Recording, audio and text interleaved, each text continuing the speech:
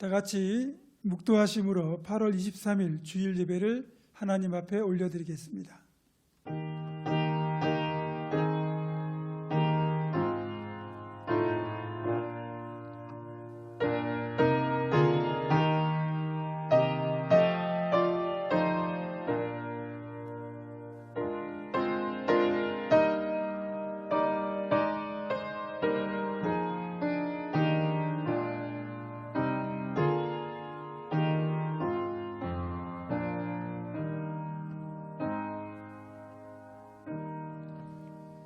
내가 전심으로 주께 감사하며 신들 앞에서 주께 찬송하리이다.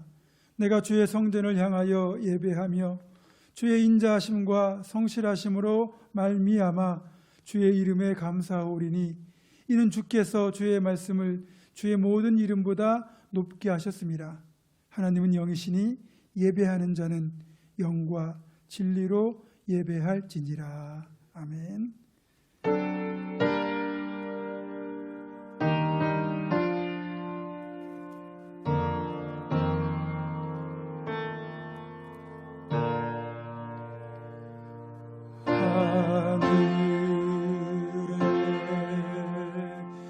계신 아버지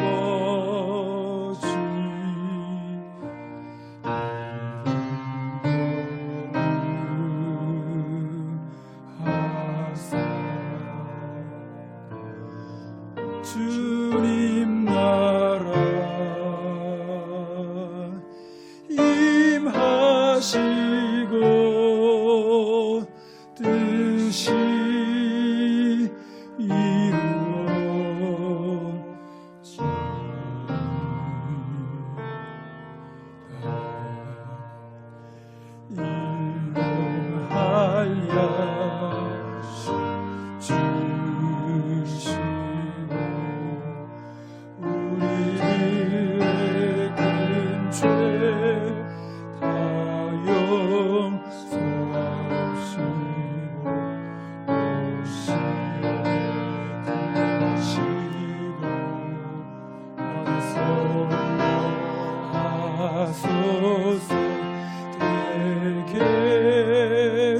주의 나라 주의 권세 주의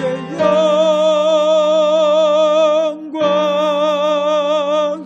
영원히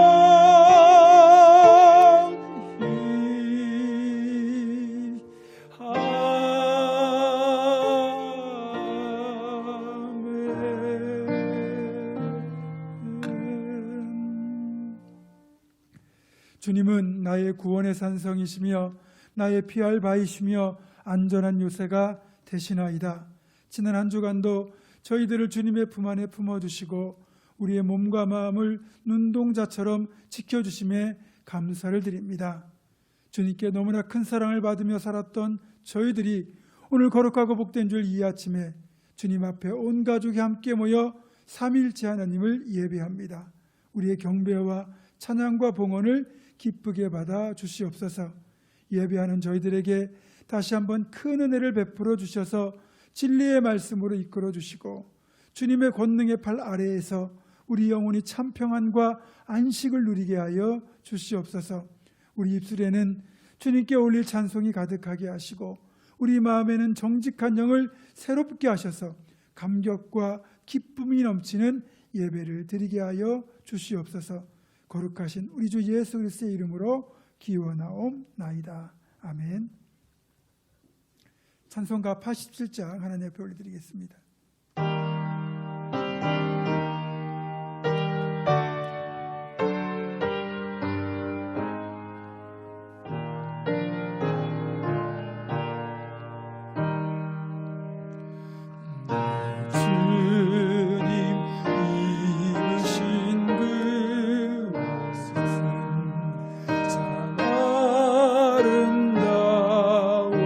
아름다워라 그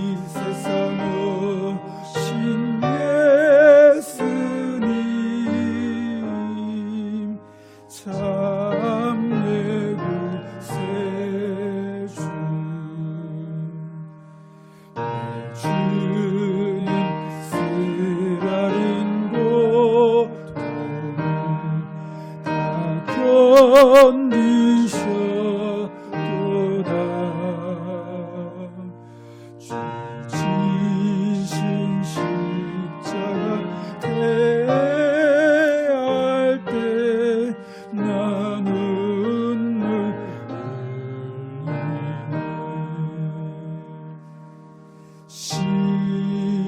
시온성보다 더 찬란한 저 천성 떠나서 이 세상 오신 예수님 참내 구세주. 날 주님이 되신 귀한 나만 저보았네. 내 발이 죄악에 빠질 때 주 나를 붙드네. 시온성보다 더 찬란한 저 천성 떠나서 이 세상 오신 예수님 참내 구세주. 내 주님 영광의 옷 입고 문 열어주실 때 내 주님 나라에 들어가 영원히 살겠네. 시온성보다 더 찬란한 저 천성 떠나서 이 세상 오신 예수님 참내 구세주. 아멘. 이 시간에는 지난 일주일을 살면서 지었던 하나님과 나만이 하는 은밀한 죄를 정직하게 고백하며 조용히 참회의 기도를 드립니다.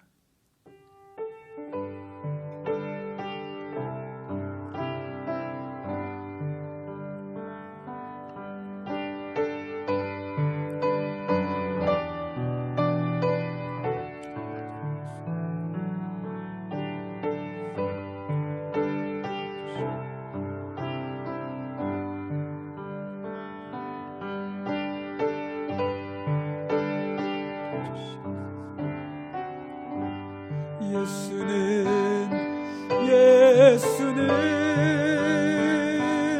우리를 깨끗게 하시는 주시니 그의 피 우리를 눈보다 더 희게 하셨네.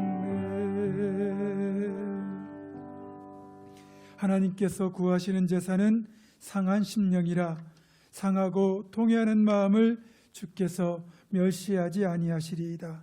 그러므로 이제 그리스도 예수 안에 있는 자에게는 결코 정죄함이 없느니라. 아멘.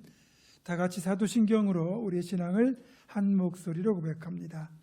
나는 전능하신 아버지 하나님 천지의 창조주를 믿습니다.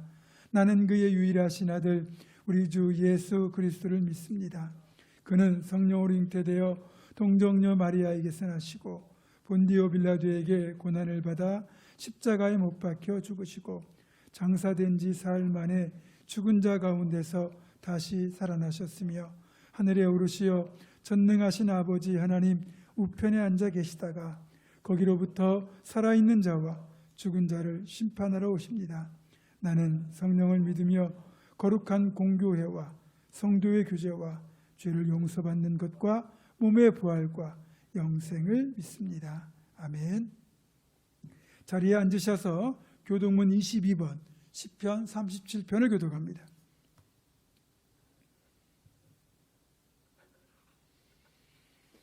악을 행하는 자들 때문에 불평하지 말며 불의를 행하는 자들을 시기하지 말지어다.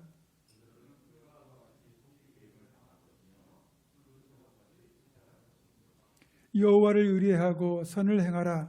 땅에 머무는 동안 그의 성실을 먹을거리로 삼을지어다.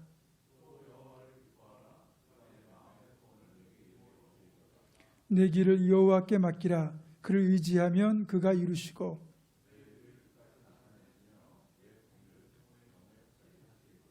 여호와 앞에 잠잠하고 참고 기다리라.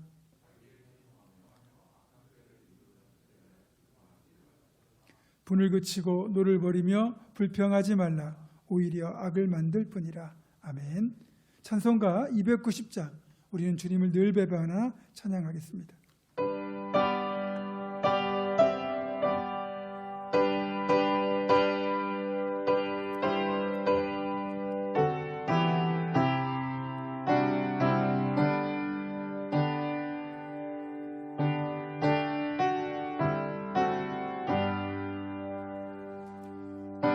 우리는 주님을 늘 배반하나 내 주 예수 여전히 날 부르사 내 자 대신 사랑을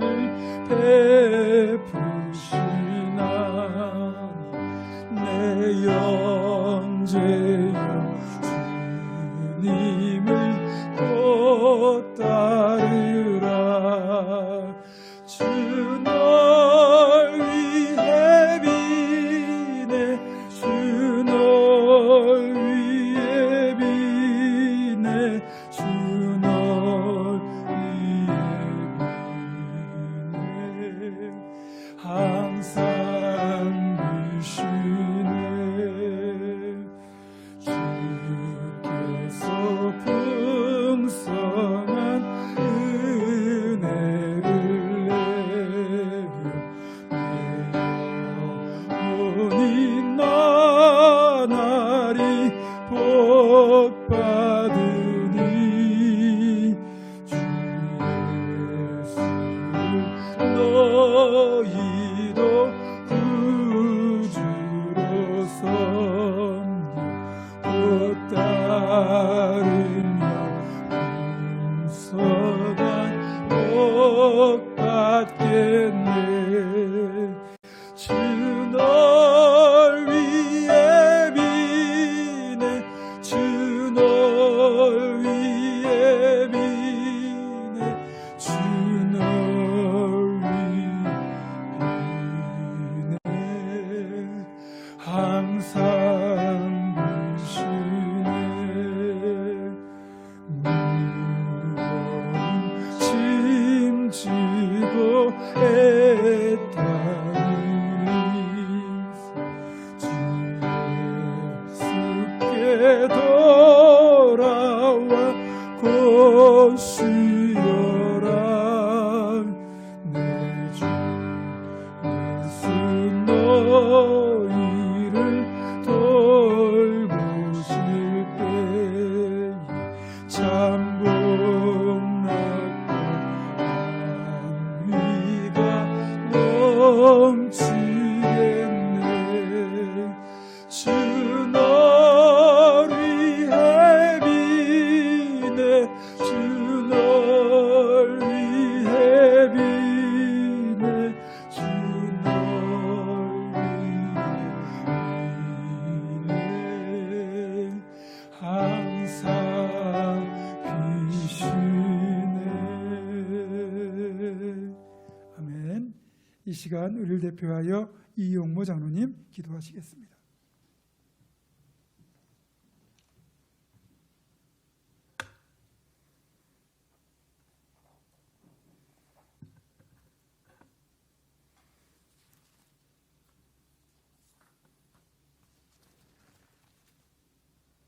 이 세상 만물들의 창조자이시며 주관자 되시는 주님, 이 세상 어디에서나 계시며 언제라도 우리들의 예배를 기쁘게 받으시는 주님, 우리 본문의 성도들의 건강을 보호하여 주시고 이 어려운 코로나를 극복할 수 있도록 주께서 허락하시는 은혜와 마음들을 모아 온라인으로 예배하게 하심을 감사드립니다.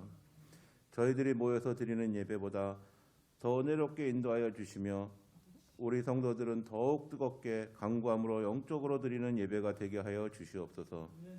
줄어들던 코로나가 지난주에는 기하급수적으로 늘며 저희들을 더욱 힘들게 하며 또 어렵게 하고 있습니다. 우리가 죄악에서 돌이켜 우리를 낮추고 주의 얼굴을 구하면 주께서 들으시고 우리를 용서하시며 회복하시겠다는 주님의 말씀처럼 우리의 믿음을 다시금 회개하며 주를 구할 수 있는 귀한 신앙으로의 회복이 이루어지게 하여 주시옵소서. 먼저 자복하게 하시며 먼저 구하는 우리들이 되게 하여 주시고 우리 모두의 탐욕과 이기심과 교만함을 버리게 하시고 생명의 주관자이신 주님께로 돌아와 주님만을 의지하게 하여 주시옵소서. 여호와 라파 되시는 치유의 주님, 확진으로 인하여 육체적으로나 정신적으로 고통받는 이들에게 또 그 가족들에게 주님의 귀한 치유의 축복으로 함께 하셔서 두려움에 떨지 않고 이루어져 주시는 성령님께서 주시는 평안으로 함께 하여 주시옵소서.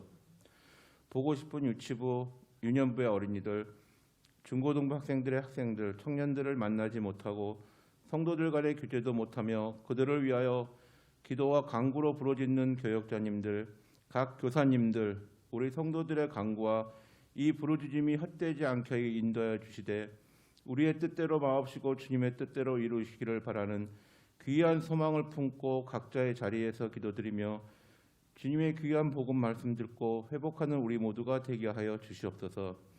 삶의 자리마다 하나님께 영광 올려드리며 적극적으로 하나님 나라 실현을 위하여 더욱 기도하며 말씀으로 무장하는 우리 모두가 되게 하여 주시옵소서.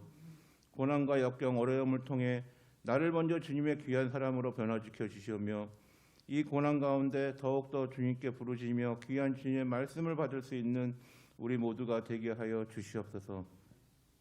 이 시간 하나님의 말씀을 들고 단위에 세워주신 목사님, 성령의 능력으로 붙어 주시고 선포되는 말씀을 통하여 우리 영혼이 치유되고 회복되는 은혜가 있게 하여 주시옵소서. 그 진리의 말씀으로 우리의 심령을 깨워주시고 모두가 낮아지고 온유해지며 겸손한 자가 되게 하여 주셔서 주님 쓰시기에 좋은 도구가 되게 하여 주시옵소서. 모든 예배의 시종을 주의 성령님께 맡깁니다. 모든 영광 주님 홀로 받으시오며 이 모든 것 예수님의 이름으로 감사드리며 기도드렸사옵나이다. 아멘.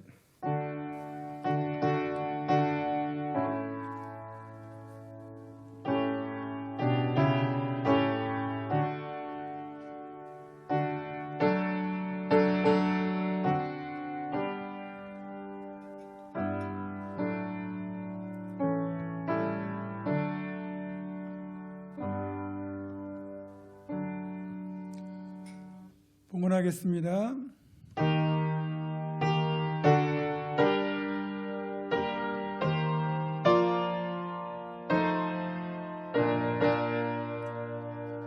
주 앞에 설 때에 두려워 말아라.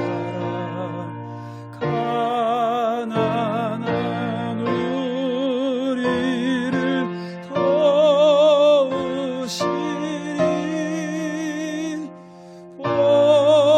보배로운 진리와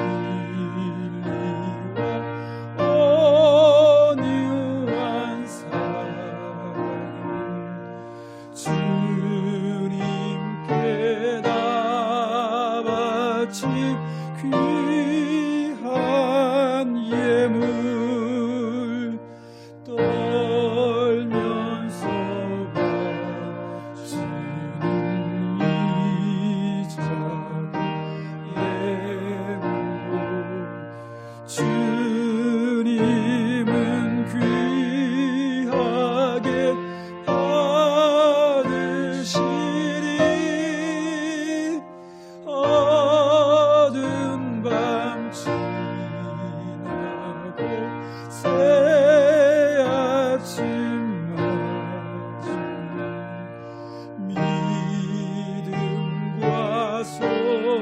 소망을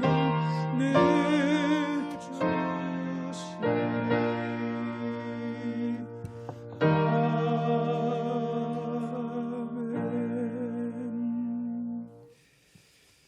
고마우신 아버지 하나님, 지난 한 주간도 주님의 은혜로 살았습니다. 또 저희들 염려하던 일이 터졌습니다. 코로나가 급속하게 확산이 되고 있습니다. 또 우리 교회가 위치한 인근에서 코로나가 확산되면서 성도들의 삶이 많이 위협을 당하고 있고 우리의 움직임이 위축되고 있습니다. 특별히 이렇게 예배당에서 함께 모여 예배하지 못하고 각 가정에서 온라인으로 예배를 참석해야 되는 상황까지 저희들 맞닥뜨렸습니다.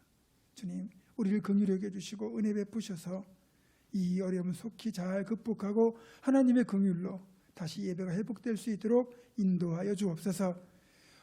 이렇게 힘들고 어렵지만 그러나 우리와 함께 하신 하나님의 손길을 감사하며 또 우리를 회복의 자리에 반드시 올려주실 하나님의 손길을 믿음으로 기대하며 사랑하는 주의 백성들이 이 시간 귀한 예물 주님 앞에 봉헌하오니 주님 받아주시고 하나님께서 향기로운 제물을 흠양하여 주시고 성도들의 삶이 이런 때에서 더욱더 풍성할 수 있도록 때와 장소에 알맞게 복을 내려주시고 이른 비와 늦은 비의 축복을 함께 하셔서 세우신 모든 곳에서 생명의 강이 되어 흘러가고 축복의 통로로 살아가도록 인도하여 주옵소서. 각 가정마다 하나님 이 시간 예배할 때 더욱더 큰 은혜가 임하게 도와주시고 각 가정에 필요한 모든 물질들 또 필요한 모든 것들 특별히 기도로 간구하는 모든 것들이 하나님의 때 하나님의 방법으로 응답되는 귀한 역사도 허락하여 주옵소서.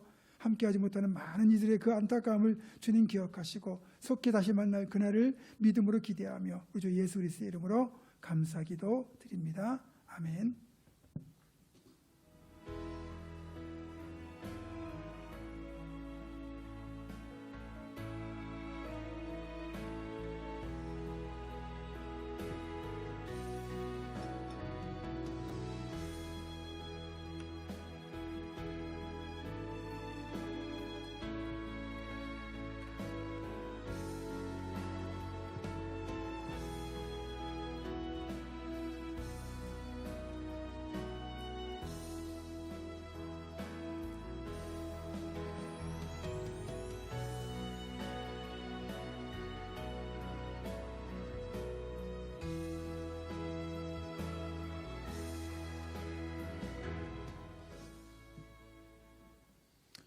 오늘 예배를 통해서 우리들에게 주시는 하나님의 말씀은 구약 사사기 10장 10절로부터 16절의 말씀입니다. 구약 380쪽에 있습니다.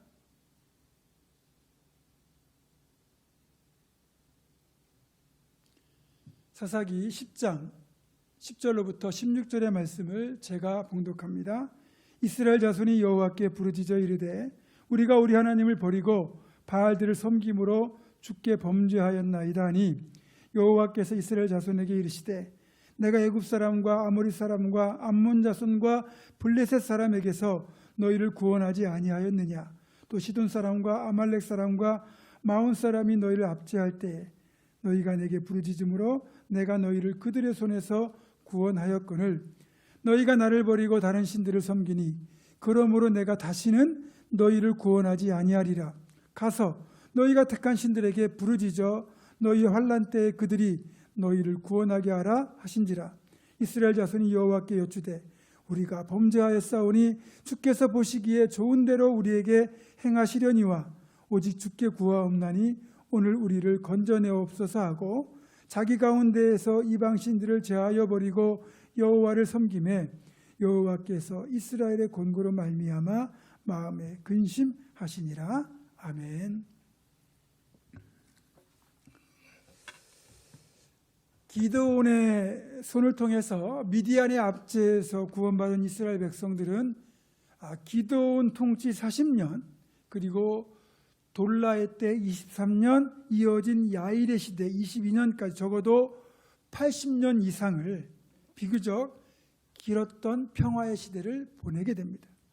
그러나 이렇게 두 세대가 지나는 동안 학습 효과가 전혀 없는 미련한 이스라엘 백성들은 다시 심각한 우상 숭배와 죄악의 길로 치닫기 시작했습니다.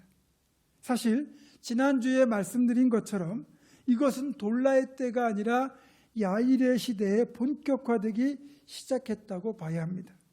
기드온도 그랬지만 야일 역시 그의 무절제한 삶이 당대에는 별 문제가 되지 않았을지 몰라도 이미 안에서는 골마가고 있었다는 겁니다. 그것이 결국 야일 사후에 이스라엘 백성들의 우상 숭배로 이어지게 되죠.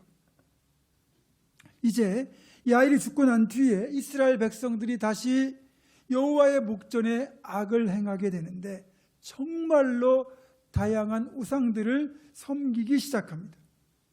우상이란 우상은 죄다 끌어다 섬기는 거예요. 바알, 아스다롯, 아람의 신, 시돈의 신, 모압과 암몬의 신, 블레셋의 신까지 우상 숭배를 종합 세트로 총체적인 우상 숭배를 저지르는 악행을 저지르게 됩니다. 한마디로 사방에 있는 모든 우상에게 이스라엘이 포위된 형국이에요. 여러분, 하나님 앞에 가장 심각한 죄악은 다름 아닌 우상 숭배입니다. 천지 만물을 창조하시고 사람을 만드셨어요. 그리고 그 사람에게 복 주셔서 천지 만물을 다스리라고 맡기신 창조주 하나님을 섬겨야 되잖아요. 그 하나님을 섬기는 대신에 사람이 만든 엉뚱한 것 또는 해와 달 같은 피조물이 하나님이라고 착각하고 그것을 섬긴다면 이것보다 하나님을 모독하는 일이 어디 있겠습니까? 또 이스라엘 백성들이 아닌 이방인들이 그들의 땅에서 그들의 신, 그들의 우상을 숭배하는 것은 그럴 수 있다고 치더라도 하나님이 친히 택하시고 구원하셔서 이집트에서 가나안 땅까지 이끌어 들이시고 그들과 언약을 맺고 하나님은 이스라엘의 하나님이 되고 이스라엘은 하나님만 섬기며 살기로 분명히 언약했는데 이렇게 대놓고 우상을 숭배한다면 이보다 심각한 계약 파기, 반역, 배은망덕, 죄악이 어디 있겠습니까? 그것도 한두 번도 아니고 먹고 살만하다 싶으면 그럴 때마다 이렇게 우상을 숭배하다가 이번에는 종합 세트로 우상을 숭배하더니 하나님도 이제는 포기하고 싶을 정도였을 것이고 진노하신 하나님께서는 이번에 암몬 족속을 징계의 도구로 삼으셔서 이스라엘을 치신 겁니다.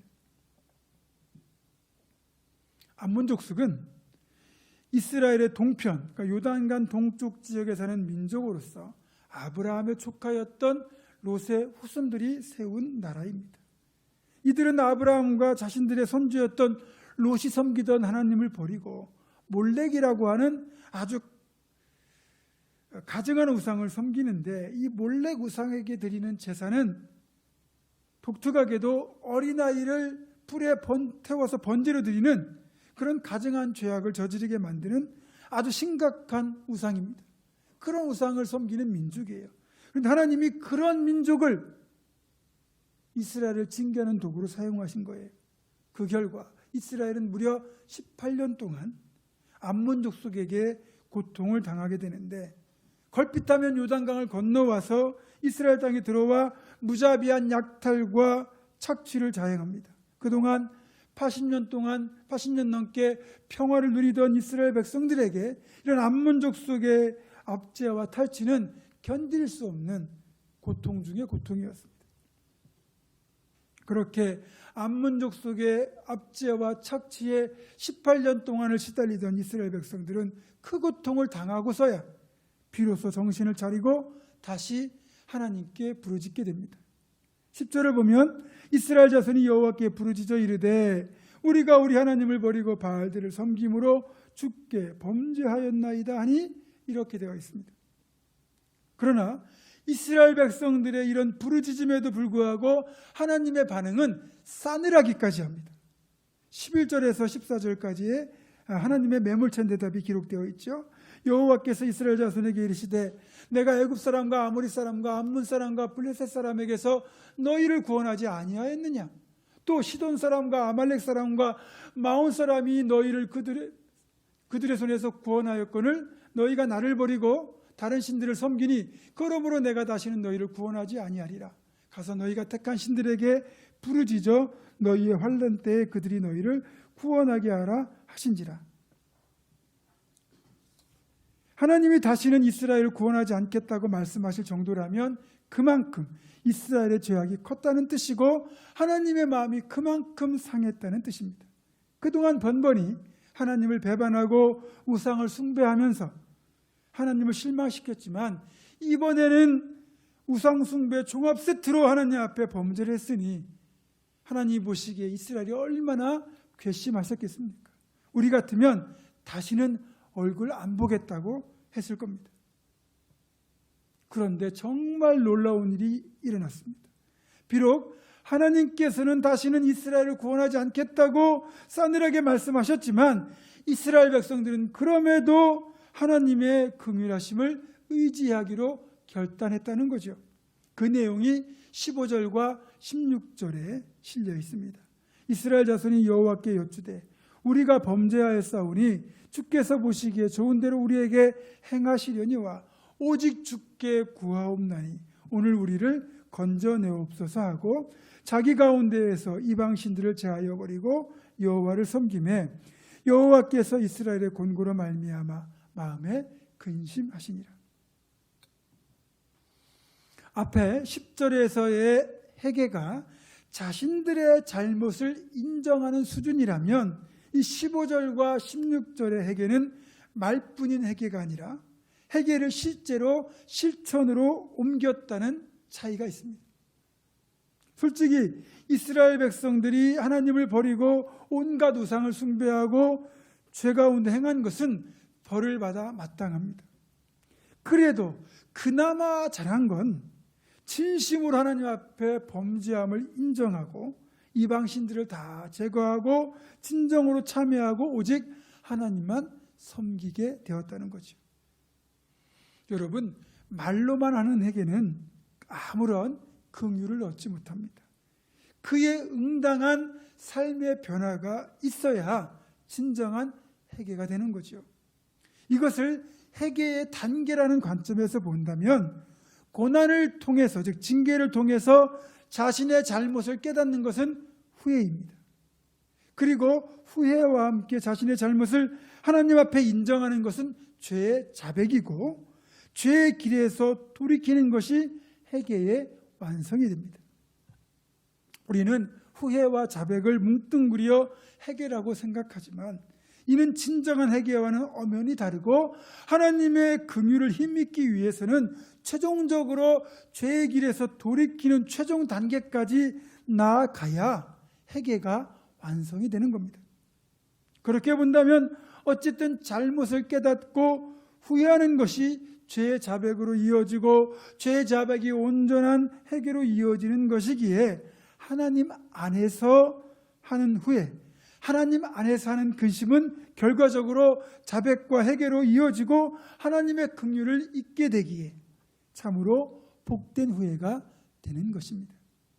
그래서 여러분, 하나님 앞에 때늦은 후회란 없습니다. 아무리 늦었다 할지라도 깨달았다면 그때라도 죄를 자백하고 하나님께로 돌이키면 됩니다. 하나님은 우리가 늦었다고 생각할 때 그것조차도 선으로 바꾸시고 복되게 하시기 때문입니다. 오늘 본문의 이스라엘 백성들이 잘한 건 지금 자신들이 겪는 이 고난의 원인이 무엇인지를 깨달았고 그래서 문제 해결에 적극적으로 나섰다는 것입니다. 문제의 원인을 파악하지 못하면 어떤 방법을 써도 문제는 해결되지 않습니다. 또 문제의 원인을 파악했으면서도 아무런 대책을 세우지 않고 행동에 나서지 않으면 문제의 원인을 모르는 것과 별반 다르지 않을 겁니다. 그런데 이들은 진심으로 죄를 자백했어요. 나아가서 가장 먼저 자기들이 섬기고 있던 모든 이방신들을 완전히 제거하였습니다. 그리고 하나님만 섬겼습니다. 이것이 하나님의 마음을 움직였습니다. 그동안 우상을 숭배하고 범죄하던 이들의 모습을 보고 하나님이 다시는 구원하지 않겠다고 선언하셨지만 이들이 죄를 깨닫고 회개할 때 하나님의 마음이 흔들리셨습니다. 16절을 보면 이스라엘의 곤고로 말미암아 하나님이 마음에 근심하셨다 이렇게 되어 있잖아요. 우리에게 하나님이 진노하셔도 기본적으로 하나님의 속성은 사랑이시기에 안타깝고 속이 상하신 겁니다. 여기에서 근심에 해당되는 히브리어 단어가 카차르인데 이 카차르는 참을 수 없게 되다 이런 뜻을 가지고 있습니다. 이스라엘의 고통을 더 이상 보고 계실 수 없는 하나님의 안타깝고 비통한 마음이 여기에 담겨 있는 거죠. 예전에 자녀들을 매질할 때 매질하는 어머니가 더 크게 울었다는 이야기가 생각납니다. 자녀를 훈계하기 위하여 어쩔 수 없이 체벌을 하고 있지만 자녀의 아픔 때문에 오히려 더 마음이 아픈 어머니, 그래서 눈물을 흘리는 거죠. 이런 어머니 같은 하나님의 마음이 이스라엘의 곤고로 말미암아 마음에 근심하셨다라는 이 표현에 고스란히 드러나고 있는 겁니다. 여러분, 근심하시는 하나님이 상상이 되십니까? 하나님이 근심을 하신다는 거예요. 여러분, 그분이 뭐가 아쉬울 게 있겠습니까? 전지전능하시죠? 온 천지 만물을 창조하시고 다스리신 하나님이신데 그분께 부족함이 없어요. 근데 어째서 하나님이 근심하신다고 표현하고 있을까요? 성경을 보면 처음으로 성경에 하나님이 근심하셨다는 이 표현이 어디 등장하냐면 창세기 6장에 등장합니다. 이때는 노아 홍수 직전인데 6절을 보면 여호와께서 땅 위에 사람 지으셨음을 한탄하사 마음에 근심하시고 이렇게 말씀하고 있습니다. 왜 하나님이 마음에 근심하셨을까요? 그 이유를 알려면 그 앞절인 5절을 보면 됩니다. 창세기 6장 5절입니다.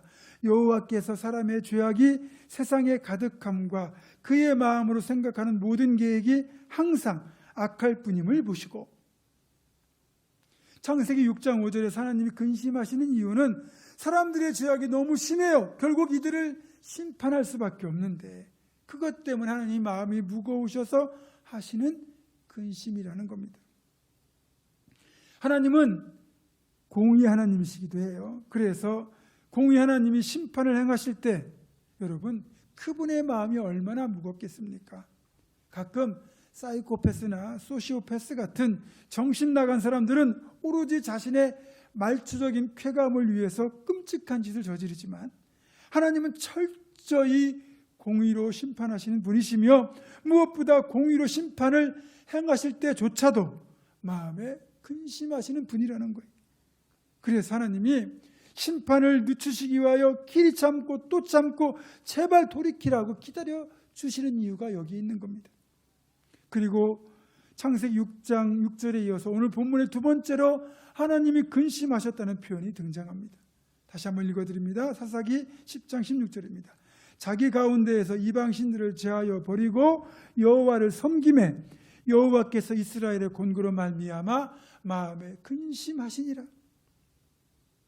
하나님이 첫 번째로 근심하게 된 것은 사람의 죄악으로 인하여 한탄하며 하시는 근심이었다면 이 두 번째로 하나님이 하시는 근심은 이스라엘 백성들이 이방 신들을 제하여 버리고 여호와 하나님을 섬기기 시작하니까 하나님의 긍휼하심이 지금 이스라엘 백성이 당하는 이 곤고를 보고 이를 안타깝게 여기셔서 갖게 된 근심이라는 차이가 있습니다.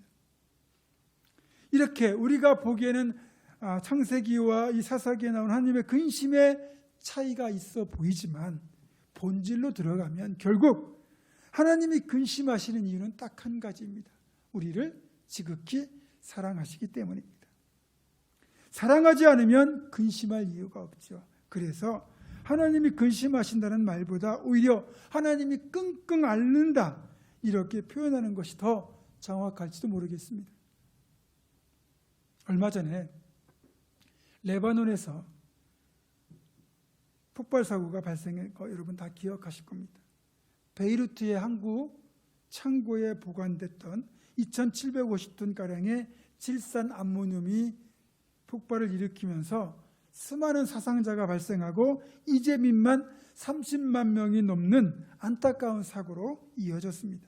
솔직히 그 사고 소식을 보면서 사고 현장에 대한 영상을 보면서 마음이 안타깝고 무겁긴 했지만 그것 때문에 제가 잠을 못 이루거나 설치지는 않았습니다. 아마 여러분도 크게 다르지 않을 거예요.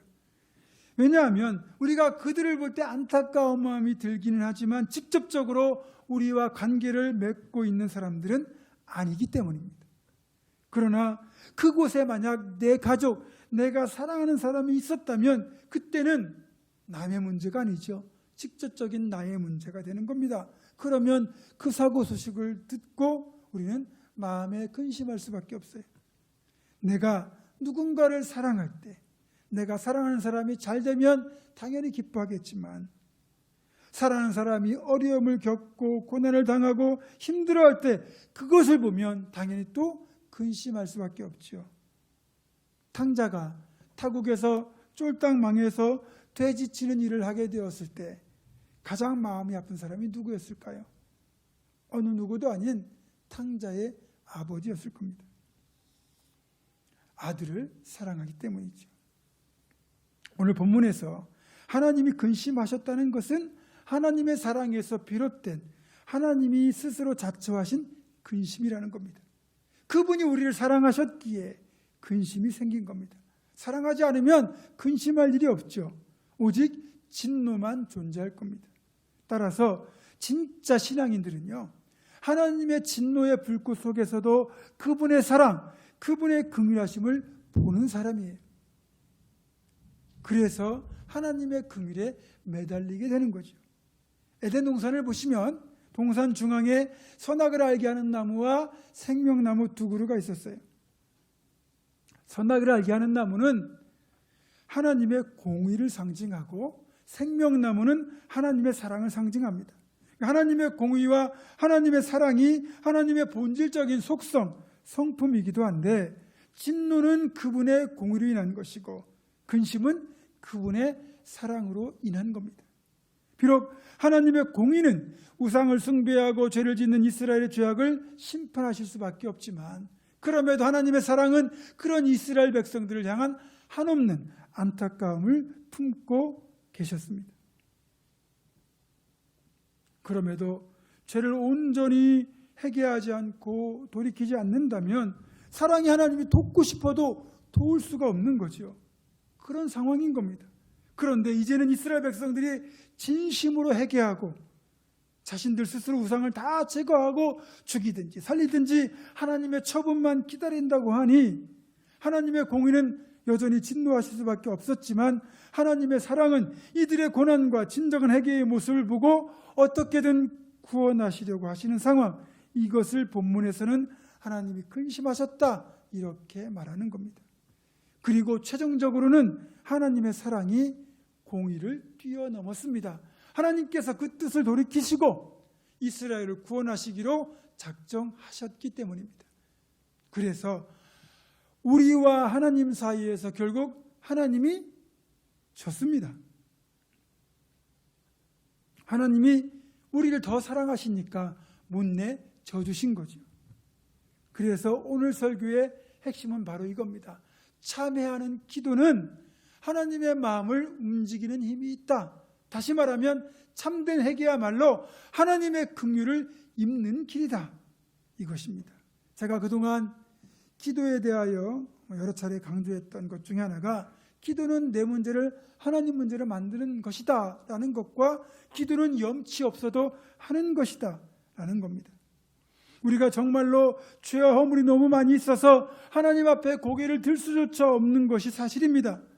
그래서 기도할 염치조차 없을 때, 그럼에도 불구하고 기도는 반드시 해야 됩니다. 왜냐하면 기도 외에는 우리가 하나님의 긍휼을 입을 수 있는 길이 없기 때문입니다. 그리고 하나님은 그런 기도라도, 염치 없는 기도라도 애타게 기다리고 계신다는 거죠. 지난 주간 사랑제일교회를 중심으로 코로나19가 급격히 재확산되면서 우리는 간신히 회복했던 현장 예배를 다시 비대면 온라인 예배로 전환해야 되는 뼈아픈 상황을 겪고 있습니다.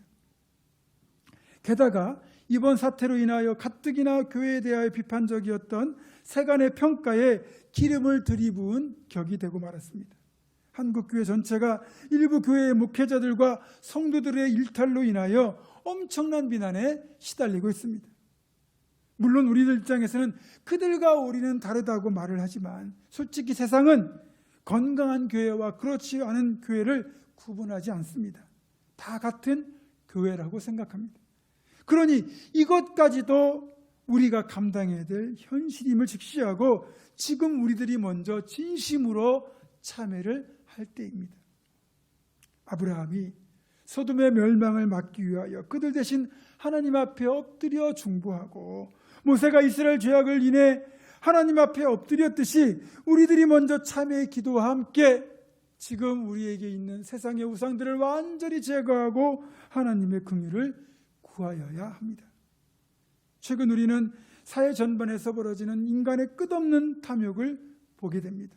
일용할 양식이나 주거 안정에 대한 욕구를 넘어서 돈이 되는 곳이라면 물불을 가리지 않고 달려드는 우리의 모습 속에서 맘모니즘, 즉 물질이라는 우상을 열렬히 숭배하는 우리의 죄악을 발견합니다. 이제 우리가 이렇게 이 좁은 땅덩어리에서 온갖 우상을 숭배하는 우리의 모습, 진영 논리에 따라서 사분오열된 이 땅의 죄악을 교회와 성도가 내 탓이라고 여기며 회개해야 됩니다. 우리만이라도 우상을 제거하고 하나님의 통치가 이 땅에 다시 임하도록 하나님께로 돌이켜야 합니다. 그러면 하나님 우리를 보시고 근심하실 것이고 결국 하나님의 긍휼이 우리를 덮으시고 끝내는 이 땅을 치유하시고 회복시켜 주실 것입니다. 사랑하는 성도 여러분, 코로나19의 확산과 우상 숭배와 죄악으로 인하여 병들어가고 있는 이 나라, 이 땅을 위하여 저와 여러분이 먼저 옷을 찢고 마음을 찢고 더욱 간절한 마음으로 기도해 주시기를 바랍니다.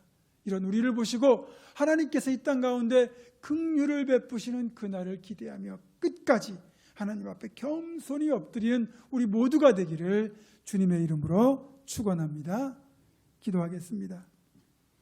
자비로우신 아버지 하나님, 코로나19의 재확산을 보면서 다시 한번 우리의 어리석음과 완악함을 절감합니다. 부디 우리를 긍휼히 여기셔서 이 땅을 치유하시고 우리 모두에게 하나님을 마음껏 예배할 수 있는 회복의 날을 속히 허락하여 주시옵소서. 우리 주 예수 그리스도의 이름으로 기도드립니다. 아멘. 다 같이 물된 동산 찬양하며 서로를 축복하겠습니다.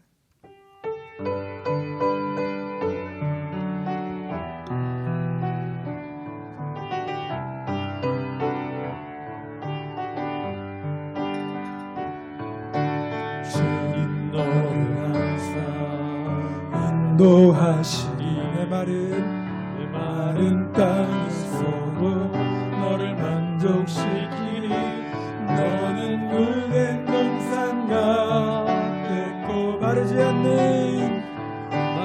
않는 샘 같으리. 나는 물된 동산 나는 물된 동산 같겠고